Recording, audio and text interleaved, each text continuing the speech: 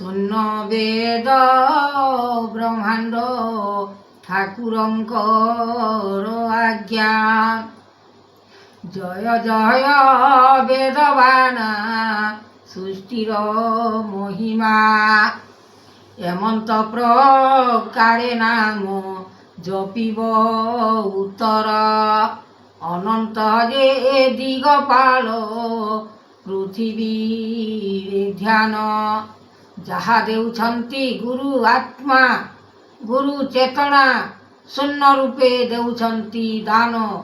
ପ୍ରତିଜ୍ଞା ବିଚାର କର ମନରେ ଆନନ୍ଦ ରୂପରେ ସକଳ ପାଇବ ପୃଥିବୀ। ପାଣି ଥାଉ ଥାଉ ବାନ୍ଧରେ କୁମର ପୁରୀ ଥାଉ ସରୋବର। ପାଣି ଶୁଖିଗଲେ ହଂସ ଉଡ଼ିଯିବ ପିଣ୍ଡ ହେବ ନାରଖାର। ଏମନ୍ତ ମହିମା ଜାଗିଥିବ ସିନା ପୃଥିବୀର ପାଇଁ ଫଳ। ସୃଷ୍ଟି ଦିଗପାଳ ଆଣୁଛନ୍ତି କାଳ ବୈକୁଣ୍ଠେ ବାସ ତାର। ଜଗତ ଜୀବନ ପୃଥିବୀରେ ଜାଣ ଶୂନ୍ୟ ପାଦ ଲୟ ମୁକ୍ତି। ବେଦ ବ୍ରହ୍ମା ଜାତ ସକଳ ପାର୍ଥବ ବହିଛନ୍ତି ଶୂନ୍ୟମତି।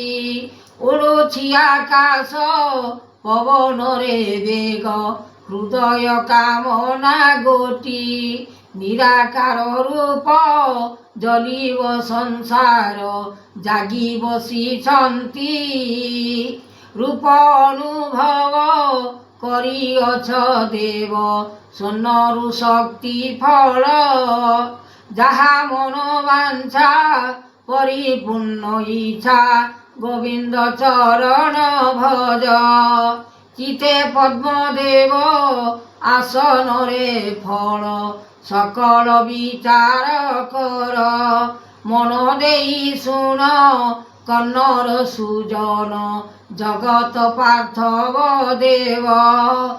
ଫଳି ଅଛି ଫଳ ପୃଥିବୀରେ କାଳ ସଂସାରରେ ମାୟା ମୋହି। ଯାହା ଦେଖୁ ଦେଖୁ ଜୀବନ ଯେ ସୃଷ୍ଟି କରୁଣା କେଶବ ଆଣି। ମାଧବ ଅନନ୍ତ କୃଷ୍ଣଦେବ ପାଦ ଚନ୍ଦ୍ରକଳା ଦେବ ଆଦି ଅନ୍ତପୁର।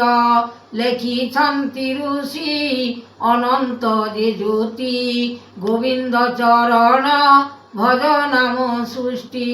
ମୁକତି ରମଣ ବେଦ ଜ୍ଞାନ ଗୋଟି ଅରୂପ ଯାତନା କଲେ ବେଦବାନା। ହୃଦୟ ମହିମା କଲେ ସାଧୁ ସିନା ଜଗତ ପୃଥିବୀ କଲେ ବିଚାରଣ। ଆଣିଛନ୍ତି ଗୁରୁ ଆଜ୍ଞା ଦେବ ଜ୍ଞାନ। ନିରାକାର ଦେବ ଅନନ୍ତ ଠାକୁର ଭଜ ରୂପେ ଜ୍ଞାନ ଆଦି ଅନ୍ତପୁର। ଜ୍ଞାନକୁ ଜପ ମନରେ ବିଚାର କରି ଆନନ୍ଦିତ ରୂପ ପାଇବ ହରି। ସକଳ ବିଚାର କରିବ ସୃଷ୍ଟି ଜ୍ଞାନରେ ବିଚାର କର ଉତ୍ପତ୍ତି। ନାରାୟଣ ରୂପେ କରି ଧ୍ୟାନ ଲାଗିଅଛି ମନ ଚୈତନ୍ୟ ଦେବ ସୃଷ୍ଟି ମହାମାୟା। କରିଲେ ଦେବ ଆଦି ଅନ୍ତପୁରେ ଜାତ ସଂସାର ସାର ଆଦି ଅନ୍ତପୁରେ ଜାତ। ଦେବେ ନିରାକାର ଋଷି ଆଦି ଅନ୍ତ ଗୋଟି ଗୋଟି। ଦେବେ ନିରାକାର ଋଷି ଆଦି ଅନ୍ତ ଗୋଟି ଗୋଟି। ନିରଞ୍ଜନ ଦେବ ସୃଷ୍ଟି ଆଦି ଅନ୍ତ ଦେବ ଗୋଟି ଆଦି ଅନ୍ତ ଦେବ ଗୋଟି ଆଦି ଅନ୍ତ ଦେବ ଗୋଟି। ଅନାଦି କରମ ମାନ ଆଦି ଅନ୍ତ ଭେଦ ଜ୍ଞାନ।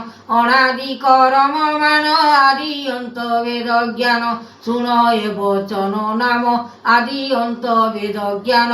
ଶୁଣ ଏ ବଚନ ନାମ ଆଦି ଅନ୍ତ ବେଦ ଜ୍ଞାନ। ସୂର୍ଯ୍ୟ ଚନ୍ଦ୍ର ଦିବାକର আদি অন্ত পুরে জাত, আদি অন্ত পুরে জাত, সকল প্রমাণ দেব লাগিଅଛି লয় ভয়, লাগিଅଛି লয় ভয়, কৃତିরে সমান লাগিଅଛି মন।